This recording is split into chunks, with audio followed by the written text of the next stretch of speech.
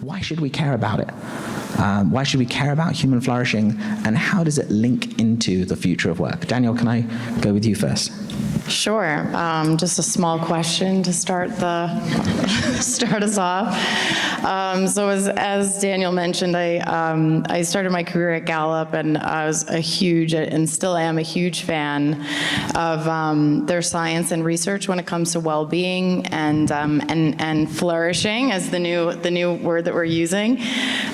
And spent a lot of time with Deepak Chopra and studying from him, and have been on my own now for a while, mostly doing workplace well-being strategies with companies. But so my short answer to that question is just that why wouldn't we be focusing on this? I mean, I think human flourishing is the future of work, of understanding how to properly measure well-being and to what degree people are flourishing within the organization, and understanding what the aspects of the workplace, where the workplace is responsible for either contributing or taking away from flourishing.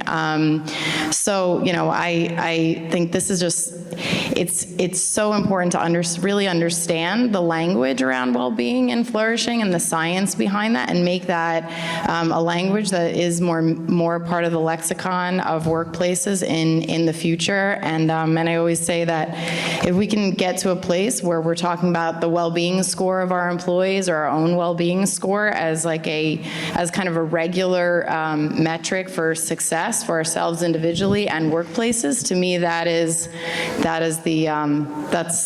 the future that I hope we're headed towards. Danielle, work is the driving factor in our ability to thrive. If you didn't have these pillars, or if one of them we didn't have, what would you say in terms of what would lead to your deterioration of your overall well-being fastest as a result of that, would you say? Yeah, that's a great question. So first of all, I really believe in the importance of having a well-being framework, or a flourishing framework. Often what I see with organizations is they really want to start to check the box of well-being and wellness, but there really isn't anything in place in terms of a language for it, or a framework that kind of makes sense of the different categories and the different elements. And because I have this background in Gallup, I usually kind of go to the largest study done on well-being and the 5 essential elements. Maybe some of you have heard of it, where work comes out on top as the single biggest driver of people's overall quality of life.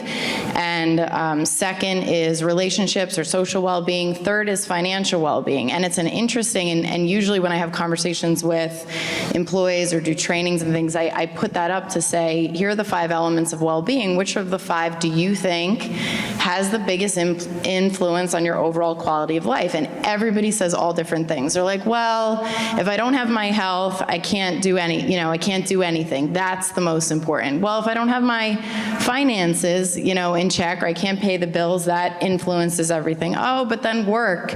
If I don't have my job, I don't have any sense of purpose or reason, there's this healthy conversation around it. My answer to that question is that there's a difference between what enables us to survive and what enables us to thrive or flourish. So when they did the research around the world, the single biggest driver of your ability to live a life that's worthwhile, your work comes out on top, because your work is tied to your identity as a person. So while if you don't have your health or your finances, that might take away from your ability to kind of just get by or survive. Having those things doesn't necessarily enable you to thrive or flourish. So, when you have work, when you're engaged in your work, when you have a good relationship with your manager, when you have that sense of meaning and purpose in your job, you have a different sense of self as you go through life. And that sense of self contributes to your real ability to flourish. But it's so interesting, because the financial piece, I feel like, is so missing everything from the conversation within workplaces, to really find a solution and understand the state of people's finances. So I feel like that is such a big one. But enabling people to really flourish in their work and the role of the workplace in people's overall ability to thrive in life is why we have such a responsibility to improve our workplaces, because it is that single biggest driver of your ability to flourish. So, Danielle, I have another question for you here, because you touched yesterday when we were discussing this panel, the toxic culture that exists within organizations and burnout and the demands being so high on the workforce today that we have a responsibility as an employer to really address these needs.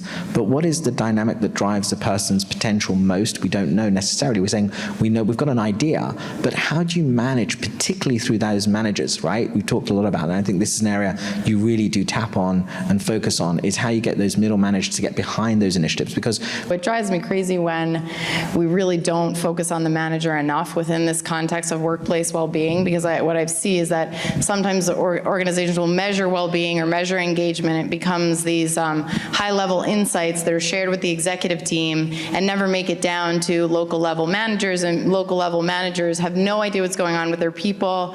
One manager is really great and has a really great team that is thriving, that for some reason has great well-being, and another team is totally burnt out. And so you don't want to draw these high-level conclusions on burnout throughout your organization without understanding where are the pockets of burnout, which managers are really struggling themselves, and maybe that's why their teams are burning out. So what I usually suggest is that, first of all, when you measure well-being, get that information into the teams of your managers. If you have the ability to get your participation rates up really high to the point where you can have your work groups of 5 or more, where they have their own little scorecard of what the engagement or well-being is of their team. Now you've empowered that manager to say, oh, we're really struggling with, our team is really stressed out, or they're feeling burnout because of their workload, and that's coming up in the data. So let's address that specifically. Then you're arming your managers with the information that specifically relates to their teams, so they're not having to, be the best people manager in the world, but more just understand what's going on with their team. So that's one, is just localizing your data, if you can, to arm those managers.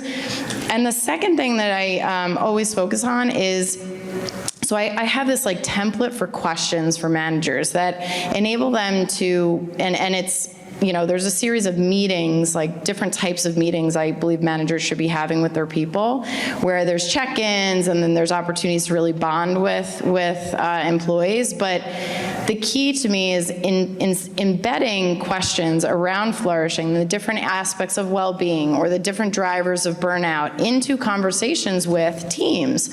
So managers not just saying, how are you, which, people I feel like that's been all over, social media, have you asked your people, how are they? No, but really, how are they? That's, to me, not enough. You have to really give them the questions to ask. What's causing your stress this week? What does work-life balance really look like for you? What does it mean? Do you go home and you have to be with your kids and make them dinner, or do you just want to get to a yoga class or workout class right after work? So I think, to wrap this up, I think the key for managers and empowering them is empowering them with the right information for their team, but giving them meeting templates with the right questions to ask their teams to start uncovering the well-being status of their employees. So, thank you very much. Does that resonate with the room? Hands up if this resonates with you guys. Very interesting. So you can see you're on point. I'm going to open up Neely. Do you want to share anything else? Because I do want to come to questions. I do want to go out to the audience and let them comment on things as well. Is there anything you want to share that you haven't shared so far? I think Danielle was going to say something. Well, there's one thing I want to say that I feel like is a really important piece. So, because we're talking about, the resources, and that's always a big thing of there are perks and resources that organizations, the bigger the organization, the more resources there are, and employees don't have access to them. I've heard so many times, though, like, where companies say, and I've had this be the reason that, clients like come to me where they say, we're doing all these things for employees now. We can't possibly do enough. We've changed our PTO and we're offering these perks, and we tell them we care about them, and we feel like we're sharing, we're saying this as leaders, that we care, that we want to take an interest in well-being, and it's never enough. Like, why? And then almost always what that is followed by, because I do employee interviews, which I am such a believer of, because you have to understand the story behind all the data. And what they say pretty much hands down is, well, that's great, but I can't stay on top of my workload. I'm working too many hours. I feel like I'm always on. There are these handful of drivers of burnout that now there's a ton of science, behind about what the core causes of burnout are.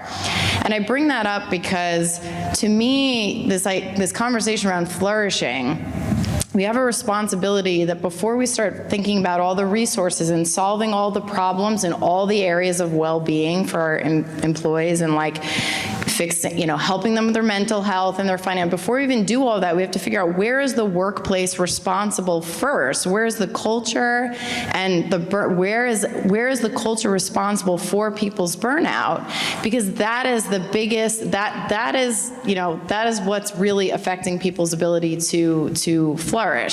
And sometimes that can be a bit of a relief to not feel like you have to offer all the perks and all the benefits, but make it more about what's going on with our culture, and how can we make this a culture conversation versus just a resource and with additional things to spend on and perks to add to the equation. So, last question. The smaller your organization is, the more ability you have to account for every life within your organization. And that's the beauty of a small, you have less resources maybe and less of a budget, but you can quite literally know what's really going on with your people.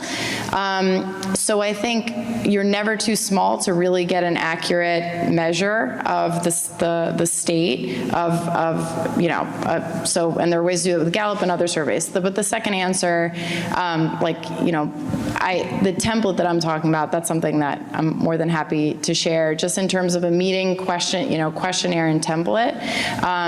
But I think training is so key for managers, even with a small budget, to make sure that they have some type of people training, because they often are burnt out because they're going through the tasks that they have to, handle, and then also deal with just caring about their people, and they're not getting any kind of people training. So I'd say it's more important to invest in training than it is into like perks, especially, for managers.